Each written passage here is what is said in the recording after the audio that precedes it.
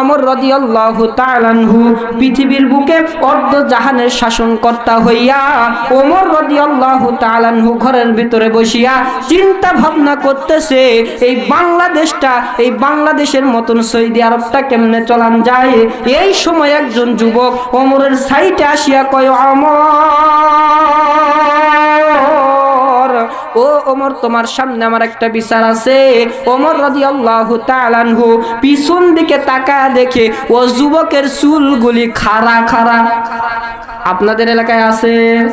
আছে আছে, সাইটে সুইটে চুল নাই, মাথার মাঝখানে চুলগুলো খাড়া খাড়া। ওমর রাদিয়াল্লাহু তাআলা আনহু এই যুবকরে ডাকিয়া কয়, যুবক,